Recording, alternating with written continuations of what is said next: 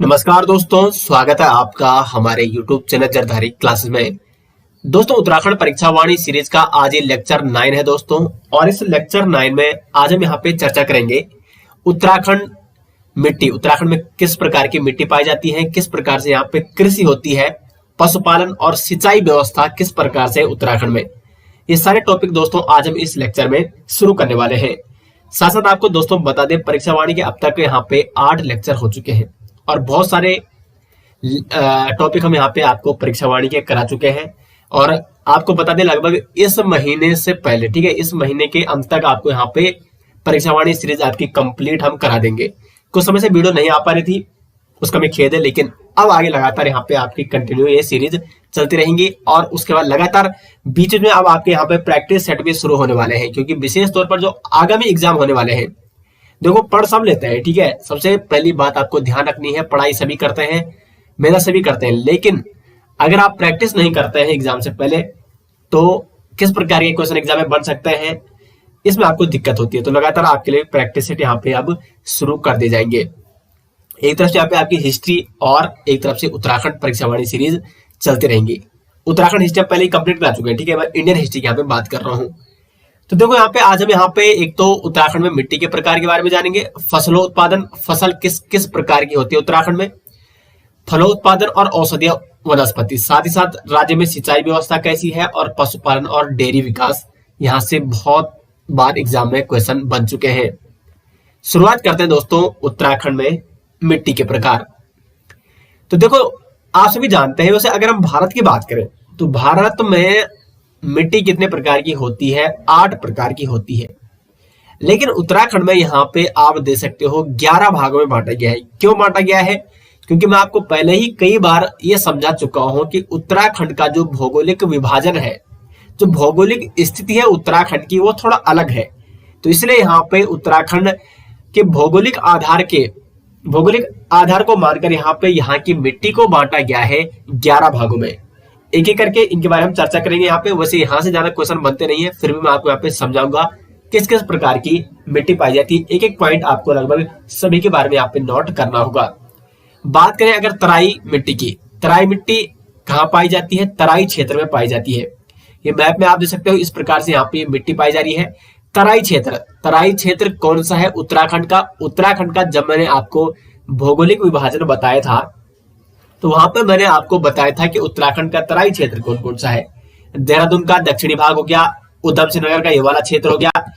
इन क्षेत्रों में दोस्तों ये तराई मिट्टी पाई जाती है, यानी राज्य के सबसे दक्षिणी भाग में देहरादून का दक्षिणी भाग और आपका उधम सिंह नगर का ये दक्षिणी भाग, यहाँ पे तराई मिट्टी पाई जाती है। और इस तराई मिट्टी में होते हैं महीन कण, ठीक है, काफी बारीक मिट्टी होती है। तो अब देखो महीन कण होंगे तो जो जल होगा, अगर वर्षा होगी तो ये जल बिल्कुल क्या है, ये तराई मिट्टी है, मतलब ऐसे महीन कण है इसमें, तो ये जल एकदम से नीचे नहीं आ पाएगा। मतलब कुल मिला के इस मिट्टी में जो जल की उपलब्धता होगी वो ठीक ठाक रहेगी, यानी अच्छा खासा जल यहाँ पे पाया जाता है। जल युक्त मिट्टी होती है और ये दलदली मिट्टी आप इसको कह सकते हैं, दलदली टाइप की, और इसमें नमी की अच्छी खासी मात्रा होती है। तो इसलिए दोस्तों ये एक उपजाऊ मिट्टी है, उपजाऊ मिट्टी होती है। कौन सी? तराई मिट्टी। और विशेष तौर पर आप देखते होंगे देहरादून और उधम सिंह नगर में यहाँ पे गन्ने और धान की खेती अच्छी खासी होती है, गन्ना व धान। तो उत्तराखंड में गन्ने और धान के लिए सबसे उपयुक्त मिट्टी कौन सी? इस प्रकार से एग्जाम में क्वेश्चन बन सकता है, तो वो है दोस्तों यहाँ पे तराई मिट्टी। उसके बाद भावर मिट्टी, भावर मृदा, ये जो भावर क्षेत्र आता है उत्तराखंड का उसमें पाई जाती है। अब इस भावर मृदा में क्या है? इसमें एक्चुअली एक तो ये थोड़ा मोटी प्रकार की मिट्टी है, यानी इसमें जो कण होते हैं ये थोड़े कैसे होते हैं, कंकड़ पत्थरों से ये निर्मित मिट्टी होती है, मोटे बालुओं से निर्मित ये मिट्टी होती है। तो इसलिए आप इसको छिछली मिट्टी कह सकते हैं, यानी यहाँ पे पानी नहीं टिक पाता है, क्योंकि देखो अगर मोटे मोटे कण होंगे तो वर्षा जल होगा तो ये जल नीचे तर जाएगा। तो इसलिए ये मिट्टी एक तो नमी इसमें कम पाई जाती है, पानी की मात्रा कम होती है, जिस कारण ये कृषि के लिए अनुपयुक्त मिट्टी है। तराई मिट्टी बिल्कुल कृषि के लिए उपयुक्त है, भावर मृदा कृषि के लिए क्या है? अनुपयुक्त है। उसके बाद तीसरी मिट्टी है चारागाही मिट्टी। ये चारागाही मिट्टी ये आपकी जो जलधाराएं हैं उसके निकट पाई जाती है। विशेष तौर पर जो तटवर्ती क्षेत्र है, ठीक है, नदियों के तटवर्ती क्षेत्र, उन क्षेत्रों में मिट्टी पाई जाती है। चौथी यहाँ पे टर्शियरी मिट्टी। ये टर्शियरी मिट्टी कहां पाई जाती है? तो ये पाई जाती है शिवालिक की पहाड़ियों में। शिवालिक की पहाड़ियों में कौन सी मिट्टी पाई जाती है? टर्शियरी मिट्टी पाई जाती है। इस प्रकार के छोटे छोटे पॉइंट आपको नोट करने हैं, क्योंकि एग्जाम में इस प्रकार से क्वेश्चन बन सकते हैं। पांचवी यहाँ पे दोस्तों क्वार्टज मिट्टी, ये पाई जाती है नैनीताल के, जो नैनीताल में स्थित भीमताल है उस क्षेत्र में पाई जाती है, और ज्वालामुखी मिट्टी भी उसी क्षेत्र में पाई जाती है। लेकिन क्वार्टज जो मिट्टी है ये आपकी क्या है? अनउपजाऊ मिट्टी है, जबकि जो ज्वालामुखी मिट्टी है ये उपजाऊ मिट्टी है। उसके बाद दोस्तों यहाँ पे दोमट मिट्टी है। दोमट मिट्टी जो कि ये भी शिवालिक पहाड़ियों के निचले भागों में पाई जाती है, और ये जो मिट्टी है इसमें एक तो विशेष तौर पर चूना और लोहा विशेष तौर पर यहाँ पे पाई जाता है। उसके बाद यहाँ पे लाल मिट्टी है। ये पहाड़ी ढालों पर आपने देखोगे, अगर पहाड़ में आप जाते हो तो वहां पे लाल मिट्टी पाई जाती है। पहाड़ में जब भूस्खलन आप देखते होंगे तो एकदम से वहां पे लाल मिट्टी देखने को मिलती है। तो ये पहाड़ी क्षेत्रों पे, पर्वतों पे जो मिट्टी पाई जाती है, पहाड़ी ढालों पर विशेष तौर पर कौन सी मिट्टी पाई जाती है? लाल मिट्टी पाई जाती है। तो ये भी उतनी उपयुक्त नहीं है कृषि के लिए, क्योंकि पहाड़ी क्षेत्रों में देखा होगा आपने विशेष तौर पर उतनी खेती नहीं हो पाती। और यही सबसे बड़ा कारण है दोस्तों उत्तराखंड में जो बेरोजगारी का है, या जो यहाँ पे पलायन करते हैं लोग बाहर की ओर। क्योंकि देखो पहाड़ी क्षेत्र पर अगर रहना है लोगों को, तो एक तो यहाँ पे विशेष तौर पर कृषि के लिए उपयुक्त मिट्टी नहीं है, लगातार यहाँ पे भूस्खलन होता रहता है, जिस कारण से लगातार क्या हो रहा है? कृषि के लिए उपयुक्त मिट्टी नहीं है। अगर हम बात करें देहरादून और उधम सिंह नगर के क्षेत्रों की, तो यहाँ पे कृषि के लिए उपयुक्त मिट्टी है। तो पहाड़ों में ना तो एक तो कृषि के लिए उपयुक्त मिट्टी है, न यहाँ पे ऐसा कोई संसाधन है कि यहाँ के लोग अपनी रोजी रोटी कमा सके, तो इसलिए लगातार पलायन ये भी एक विशेष कारण है। उसके बाद यहाँ पे जो नवी मिट्टी है वो है उच्चतम पर्वतीय छिछली मिट्टी, यानी पर्वतीय क्षेत्रों में पाई जाती है, और ये बिल्कुल अपरिपक्व मिट्टी है। अपरिपक्व इसलिए है, लगातार पर्वतीय क्षेत्रों में क्या होता है? भूस्खलन होता रहता है। अब देखो होता क्या है, जो ऊपर की मिट्टी है इसमें तो लगातार खनिज मात्रा अच्छी पाई जाती है, नमी होती है, लेकिन देखो एकदम से अगर ऊपर की मिट्टी क्या हो जाएगी, वहां पे भूस्खलन हो जाएगा तो बिल्कुल नई मिट्टी दिखेगी, और नई मिट्टी बिल्कुल भी परिपक्व नहीं होती है एकदम से जो नई मिट्टी। इसलिए इसको मैं कह रहा हूं कि ये क्या है? उच्चतम पर्वतीय छिछली मिट्टी, यानी ये अपरिपक्व मिट्टी आप इसको कह सकते हैं। उसके बाद 10वां यहाँ पे उच्च मैदानी मिट्टी, जो मैदानी क्षेत्रों में, जो यहाँ पे एल्पाइन घास के मैदान पाए जाते हैं, वहां पे पाई जाने वाली मिट्टी है उच्च मैदानी मिट्टी। और 11वीं यहाँ पे उप पर्वतीय मृदा, जो कि यहाँ और ऊंचाई वाले क्षेत्रों में पाई जाती है। तो उत्तराखंड में यहाँ पे अगर हम भौगोलिक विभाजन के आधार पर देखें तो मिट्टी को यहाँ पे 11 भागों में बांटा गया है। तो वैसे यहाँ से दोस्तों मिट्टी से विशेष तौर पर क्वेश्चन नहीं बनते हैं, लेकिन कुछ क्वेश्चन जो ये तराई मिट्टी से बन सकता है, यहाँ से क्वेश्चन बन चुका है कई बार कि उत्तराखंड की जो सबसे अधिक उपजाऊ मिट्टी है, विशेष तौर पर गन्ने और धान के लिए उपजाऊ मिट्टी कौन सी है? तो वो है तराई मिट्टी। अब दोस्तों आगे बढ़ते हैं और उत्तराखंड में फसलों उत्पादन देख लेते हैं कि किस प्रकार से उत्तराखंड में फसल की उत्पादन होती है, कौन कौन सी फसलें यहाँ पे उगाई जाती हैं। फसलों को आप जानते हैं दोस्तों कि देखो फसलों को यहाँ पे बांटे गए, एक रबी की फसल होती है, खरीफ फसल होती है। तो अगर हम बात करें कि कौन कौन सी रबी की फसलें उगाई जाती है उत्तराखंड में, यह भी जानना आपके लिए आवश्यक है। जैसे आपका हो गया गेहूं, जो हो गया चना, मटर, ये सारी फसलें उत्तराखंड में उगाई जाती हैं। मसूर हो गया, मसूर की दाल आप सभी ने जरूर खाई होगी। सरसों, आलू, ये सभी रबी की फसलों के अंतर्गत आते हैं। और अगर हम बात करें खरीफ की फसलों की, तो आपका चावल हो गया, कोदा, ठीक है, जिसको मंडुआ भी कहा जाता है, ठीक है, कोदा को क्या कहा जाता है? मंडुआ। तो ये भी क्या है? खरीफ की फसल के अंतर्गत आता है। भले ही कोदी की भी रोटी बनाते हैं, गेहूं की भी रोटी बनाते हैं, लेकिन जो कोदा या मंडुआ है ये खरीफ की फसल के अंतर्गत आता है। तो एग्जाम में पूछा जा सकता है कि उत्तराखंड में उगाए जाने वाली फसल मंडुआ यानी कोदा, ये किस फसल के अंतर्गत आती है? तो खरीफ फसल के अंतर्गत आती है। साथ साथ यहाँ पे झंगोरा, ये विशेष तौर पर पर्वतीय क्षेत्र में उगाया जाता है। मक्का हो गया, ये भी खरीफ फसल के अंतर्गत आती है। उसके बाद दोस्तों उड़द हो गया, तिल हो गया, और मूंग, बाजरा,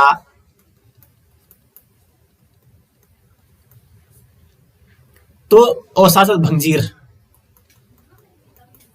ये दोस्तों खरीफ फसल के अंतर्गत आती है। तो कुछ फसलें आप बिल्कुल यहाँ पे नहीं सुन रहे होंगे, बिल्कुल न्यू न्यू फसल जो कि उत्तराखंड में आज तक आपने सुनी नहीं होगी। वैसे जो पर्वतीय क्षेत्रों में पाए जाते हैं इनमें से आपने बहुत सारी फसलें ये सुनी होंगी। तो रबी की फसल कौन कौन सी है उत्तराखंड में, खरीफ की फसल कौन कौन सी है।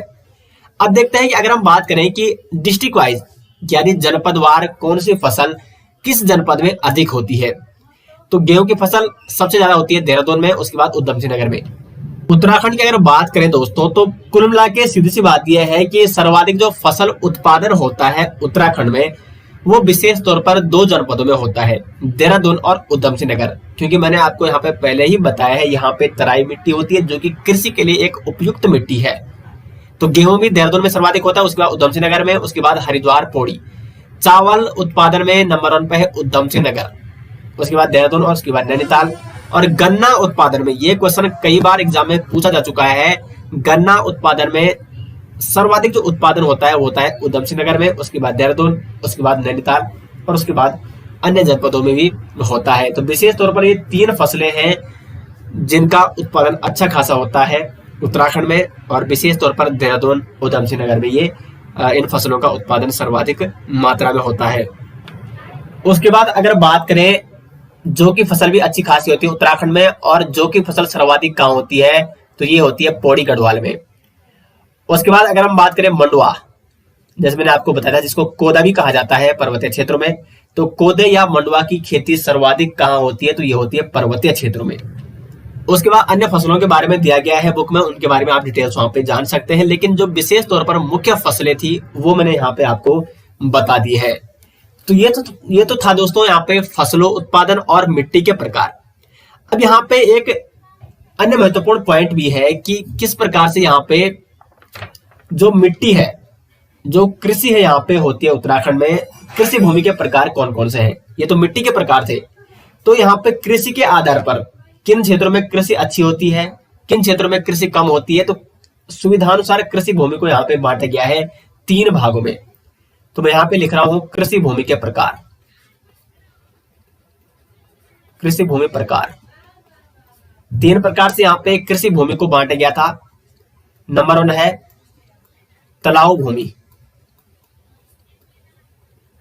तलाव भूमि से आप इस शब्द से भी आप लगा सकते हो जो तलमे, बिल्कुल तलमे यानी जो जहां पे दलदली भूमि है, नदी घाटी में ये भूमि पाई जाती है, तलाव भूमि।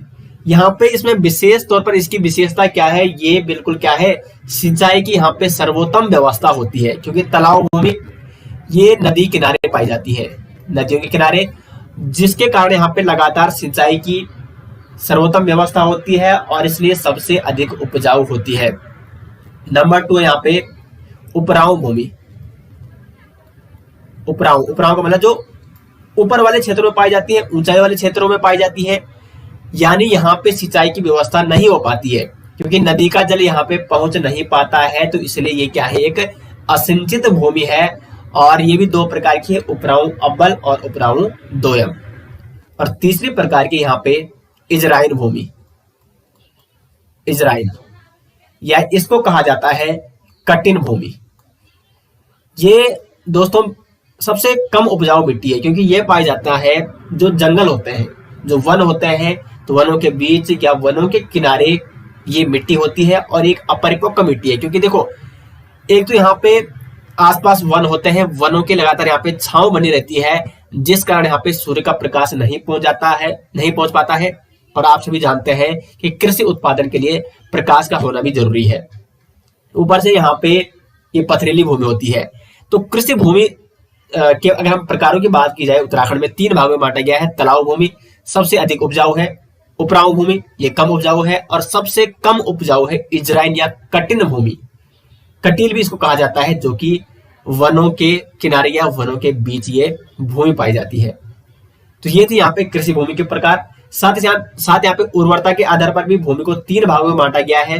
घरिया भूमि, जो आपके सगवाड़े होते हैं, घर के आंगन के मतलब घर के बाहर जो एक खेत होता है आपका, वहां पे आप साग सब्जी उगाते हैं, तो उसे घरिया भूमि कहा जाता है। बिचलिया भूमि जो गांव के मध्य होती है, और बुनिया भूमि जो वनों के निकट पाई जाती है। तो ये यहाँ पे मिट्टी और फसल उत्पादन, और साथ ही साथ मैंने यहाँ पे आपको कृषि के आधार पर भूमि को यहाँ पे किस भागों में कितने भागों में बांटा गया है, ये सारी डिटेल्स मैंने यहाँ पे आपको बता दी है। अब बात करते हैं उत्तराखंड में फलों उत्पादन और औषधीय वनस्पति के बारे में।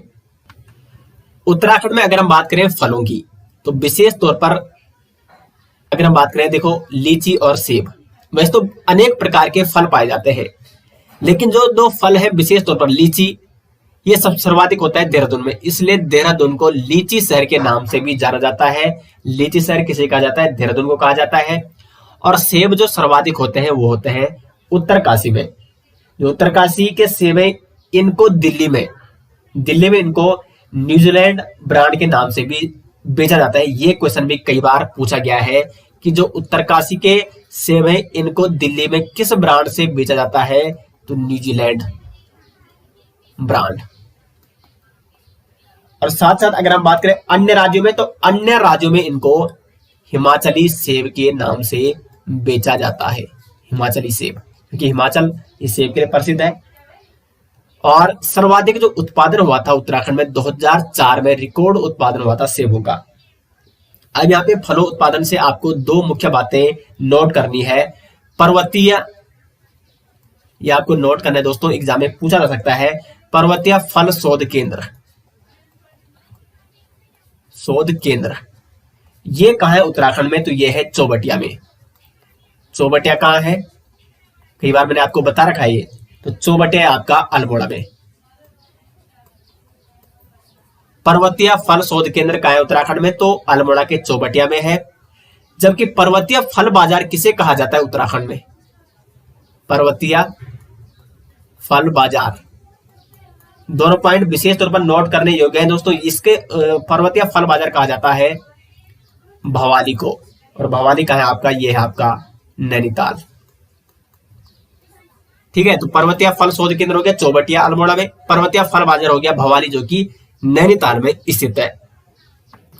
तो दोस्तों इसका आप स्क्रीन शॉट ले सकते हैं। अब देखो मैं यहाँ पे आपको वही टॉपिक बता रहा हूँ जो एग्जाम के व्यू ऑफ पॉइंट से पूछे जा सकते हैं। अब वैसे तो मैं यहाँ पे अन्य फलों के नाम भी यहाँ पे लिख सकता हूँ, लेकिन उसमें टाइम लगेगा, जिन्होंने एग्जाम में पूछा ही नहीं जाना है। तो मैं आपको वही चीज बता रहा हूँ यहाँ पे। अब इसका मतलब ये नहीं कि ये परीक्षावाणी सीरीज है और मैं आपको परीक्षावाणी का हर एक पॉइंट यहाँ पे लगातार उसको बता सकता हूँ। वो तो आप बुक से भी पढ़ सकते हैं, लेकिन परीक्षावाणी को पढ़ना किस आधार पे है, कैसे उसको सरलता से पढ़ा जाए, इसलिए यहाँ पे सीरीज चलाई जा रही है। क्योंकि बुक आपके पास भी है और बुक सभी पढ़ सकते हैं, लेकिन उस बुक को कैसे पढ़ा जाए, उस बुक में क्या क्या पढ़ा जाए, ये सारी चीजें बताने के लिए आपको ये सीरीज चलाई जा रही है। तो यहाँ पे आपको ये सारे पॉइंट नोट करने हैं जो मैं आपको बता रहा हूँ। अब अगर बात करें उत्तराखंड में औषधीय वनस्पति की, तो 3 प्रमुख औषधियां जो कि उत्तराखंड में जिनका उत्पादन किया जाता है, बेलाडोना, जेरेनियम और चाय। बेलाडोना की खेती उत्तराखंड में सर्वप्रथम कब की गई थी, ये क्वेश्चन दोस्तों एग्जाम में पूछा जा चुका है। तो 1903 में सर्वप्रथम कुमाऊं में बेलाडोना की खेती की गई थी।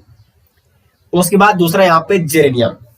तो जेरेनियम ये आपका एक सुगंधित पौधा होता है और उसमें सुगंधित तेल इससे निकाला जाता है। तो जेरेनियम की खेती भी उत्तराखंड में की जाती है। और तीसरा है यहाँ पे चाय की खेती उत्तराखंड में की जाती है। और उत्तराखंड चाय विकास बोर्ड, यहाँ पे पॉइंट आपको नोट करना है, उत्तराखंड चाय विकास बोर्ड, इसकी स्थापना कब की गई, तो इसकी स्थापना की गई है 12 फरवरी 2004 को। उत्तराखंड चाय विकास बोर्ड, इसकी स्थापना कब की गई है, 12 फरवरी 2004 को। और ये उत्तराखंड चाय विकास बोर्ड स्थित कहाँ है, तो चौघाना पाट अल्मोड़ा। मोस्ट इंपोर्टेंट क्वेश्चन दोस्तों बन सकता है, चौघाना पाट, और ये कहाँ है आपका, अल्मोड़ा में है। और इसकी स्थापना कब की गई, 12 फरवरी 2004 को। ठीक है, और चाय उत्पादन में सर्वाधिक प्रसिद्ध जिला कौन सा है, तो वो है आपका नैनीताल, जहां पे सर्वाधिक चाय उत्पादन किया जाता है। अगर हम बात करें कि उत्तराखंड में चाय की खेती सर्वप्रथम कब की गई थी, तो उत्तराखंड में चाय की खेती 1824 में सर्वप्रथम की गई थी। और ये किसके द्वारा की गई थी, तो 1824 में चाय की खेती सर्वप्रथम बिशप हेयर बिशप हेबर, ठीक है, बिशप हेबर, हेबर द्वारा 1824 में सर्वप्रथम चाय की खेती शुरू की गई थी। और व्यापक रूप से सर्वप्रथम चाय की खेती शुरू किसने की थी? डॉक्टर रायले ने। तो ये आपको विशेष तौर पर नोट करना है दोस्तों, 1824 में सर्वप्रथम उत्तराखंड में बिशप हेबर नामक व्यक्ति ने चाय का उत्पादन शुरू किया था, चाय की खेती शुरू की थी। अब हम बात करते हैं यहाँ पे उत्तराखंड राज्य में सिंचाई व्यवस्था को, किस प्रकार से उत्तराखंड राज्य में सिंचाई व्यवस्था देखने को मिलती है, कौन कौन सी यहाँ पे प्रमुख नहरें निकली हुई है सिंचाई व्यवस्था के लिए। तो आप सभी जानते हैं, देखो उत्तराखंड में बहुत सारी नदियां हैं। तो अधिकांश, अगर हम पर्वतीय क्षेत्रों की बात करें तो अधिकांशतः जो पर्वतीय क्षेत्र के गांव है, प्रत्येक गांव में कहीं ना कहीं गधेरा देखने को मिलता है, एक गाड़ देखने को मिलती है, एक नदी देखने को मिलती है। तो अधिकांशतः पर्वतीय क्षेत्रों में इन्हीं नदियों से छोटी छोटी नहरें निकाली गई हैं।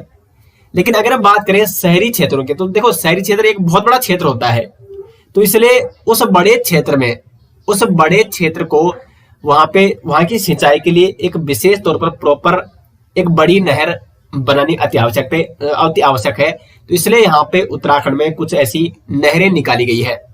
दोस्तों आज थोड़ा आवाज अटपटी आ रही होगी या थोड़ा चेंज आ रही होगी, थोड़ा तबियत जरा खराब थी, तो इसलिए आवाज यहाँ पे आपको चेंज देखने को मिलती है, लेकिन 2-3 दिनों बाद ठीक हो जाएगी यहाँ पे। तो देखो राज्य में सिंचाई व्यवस्था, कुछ प्रमुख नहरों के बारे में हम यहाँ पे चर्चा करेंगे, जहां से एग्जाम में कई बार क्वेश्चन पूछे जाते हैं। सबसे पहले यहाँ पे ऊपरी गंगा नहर के बारे में बात करते हैं। ऊपरी गंगा नहर का जो निर्माण कार्य प्रारंभ किया गया था 1842 में, और 1854 में ये बनकर पूर्ण रूप से तैयार हो गई थी। अब यहाँ पे सवाल ये बनता है कि जो ऊपरी गंगा नहर का निर्माण कार्य शुरू किया गया था 1842 में, ये किसने शुरू कराया था? तो ये कराया था दोस्तों शुरू कर्नल पीटी कोटले। तो इसलिए कर्नल पीटी कोटले को ऊपरी गंगा नहर का जनक भी माना जाता है। जबकि जब 1854 आ रहा था, यानी 1854 में इसका निर्माण कार्य पूरा हो गया था, यानी इसका उद्घाटन किसने किया? वो किया लॉर्ड डलहौजी।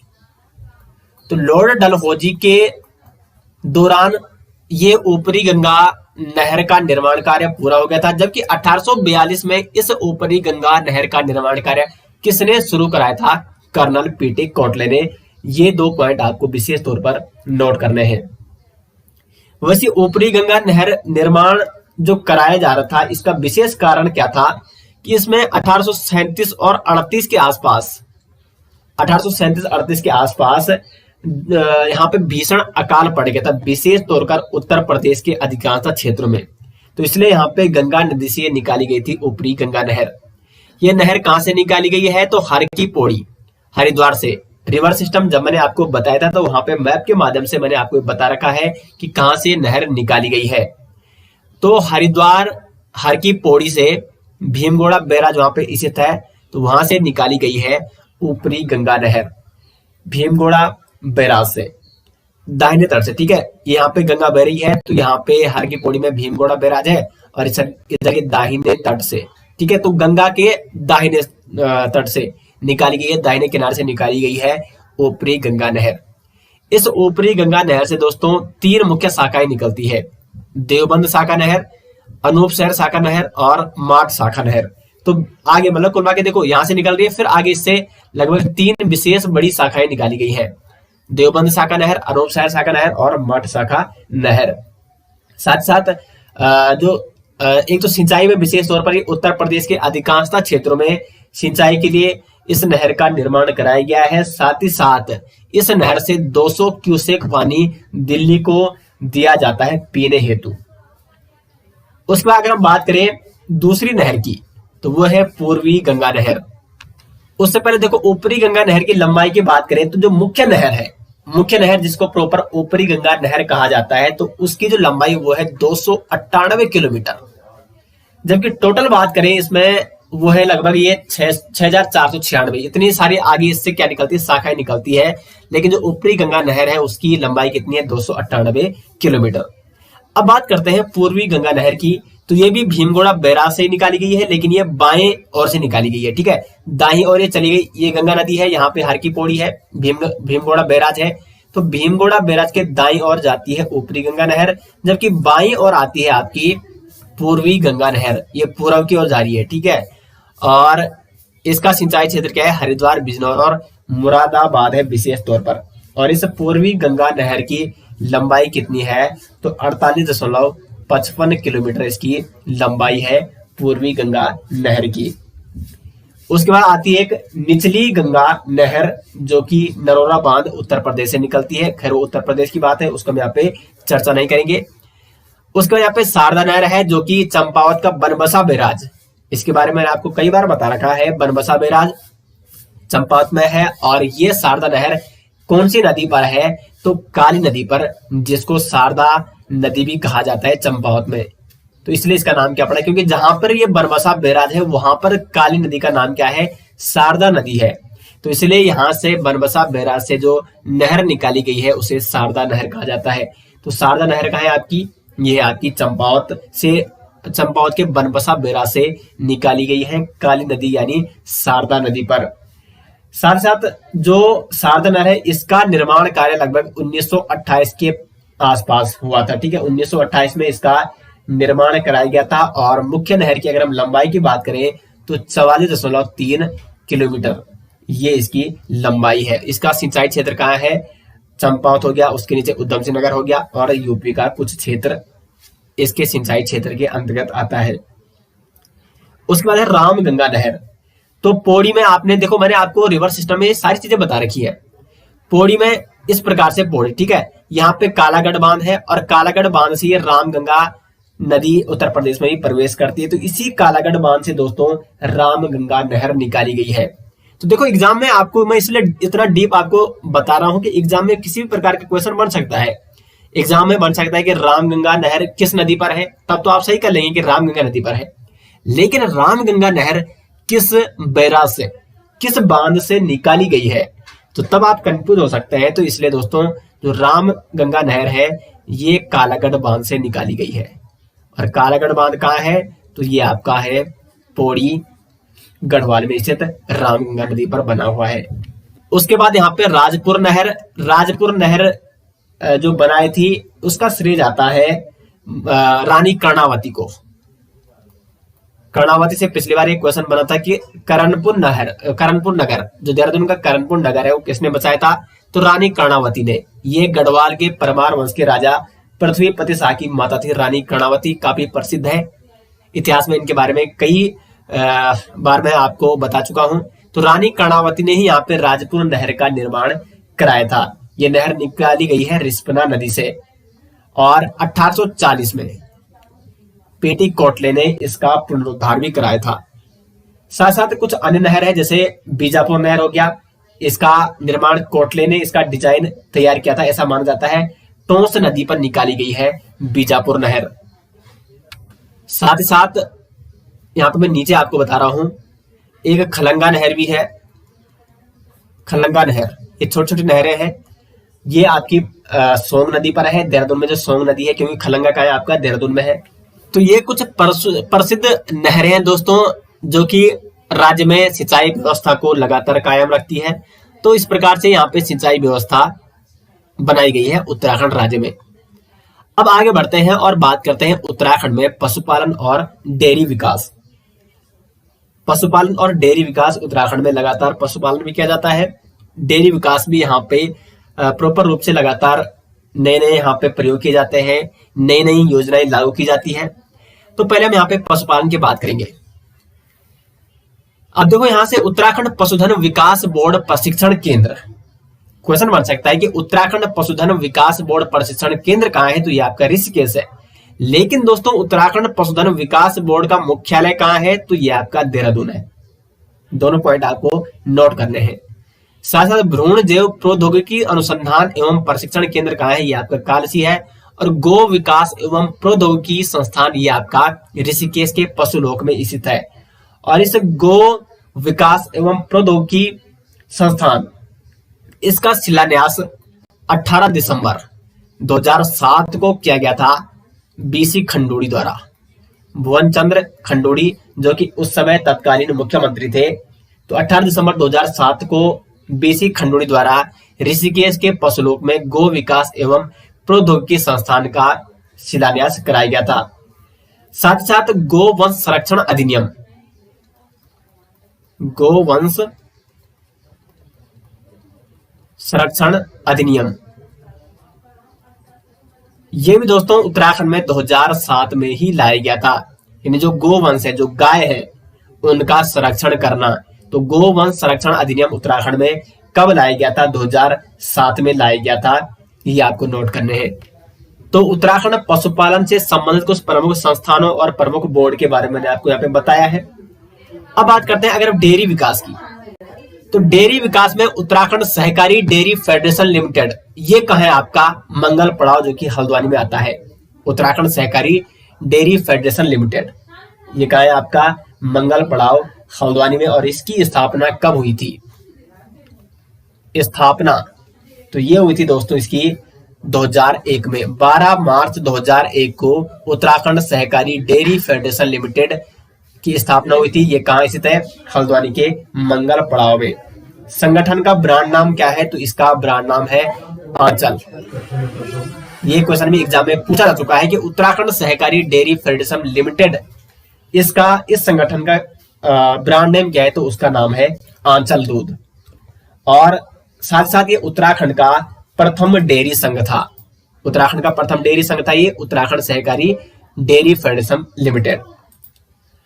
एक और महत्वपूर्ण पॉइंट, डेयरी शोध एवं विकास केंद्र कहाँ है? तो ये भी आपका नैनीताल के हल्द्वानी में स्थित है, डेयरी शोध और विकास केंद्र। तो दोस्तों ये कुछ प्रमुख केंद्र और बोर्ड थे पशुपालन और डेयरी विकास से संबंधित।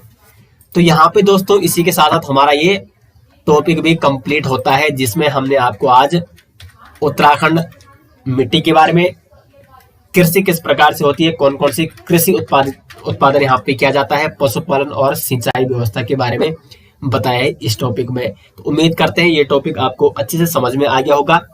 और इसके बाद जो दोस्तों अगर हम परीक्षावाणी की बात करें तो उसमें जो चैप्टर 9 है इसके बाद, यानी इस टॉपिक के बाद, मिट्टी कृषि पशुपालन के बाद, वो है आपका उत्तराखंड प्रमुख नगर। ठीक है, एक तो वहां पे नगरों के बारे में बताया गया है, पर्यटन के बारे में बताया गया है। ठीक है, लेकिन मैं आपको यहाँ पे बताना चाह रहा हूं कि जो हमारी जिला सीरीज है, हमारी डिस्ट्रिक्ट सीरीज हमने चलाई थी, और उसमें उत्तराखंड के सभी 13 जनपदों के बारे में, प्रत्येक जनपद के मंदिर, पर्यटक स्थल, प्रमुख स्थल, ये इस जनपद सीरीज में बताई गई है। और पूरे यूट्यूब में दोस्तों ये 13 डिस्ट्रिक्ट जनपद सीरीज आपको इस प्रकार से कहीं नहीं मिलेगी, क्योंकि मैप के माध्यम से मैंने आपको प्रॉपर इन 13 जनपदों के बारे में बता रखा है। तो आप हमारी प्लेलिस्ट में वहां पे जाइए, जनपद सीरीज वहां पे आपको मिल जाएगा, या आप सर्च कर सकते हैं यूट्यूब में उत्तराखंड जिला सीरीज या जनपद सीरीज बाय जरदारी क्लासेस। सभी 13 डिस्ट्रिक्ट की प्लेलिस्ट आपको देखने को मिल जाएगी। वो 13 डिस्ट्रिक्ट आपको देखने हैं, क्योंकि जो ये 9वां चैप्टर है इसमें तो सिर्फ आपको एक डिस्ट्रिक्ट के बारे में जानने के लिए 20% मिलेगा।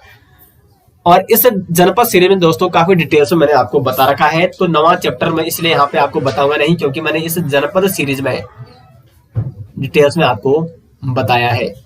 तो इसको आप जरूर देखिए। बाकी इसका जो नेक्स्ट 9वां के बाद जो 10वां चैप्टर होगा परीक्षावाणी का, उसको हम नेक्स्ट लेक्चर के साथ लेके आएंगे। तो इसलिए 9वां चैप्टर में आपको यहाँ पे पढ़ाऊंगा नहीं, क्योंकि इसके बारे में आपको जनपद सीरीज में बता चुका हूं। तो जनपद सीरीज आपको जरूर देखनी है।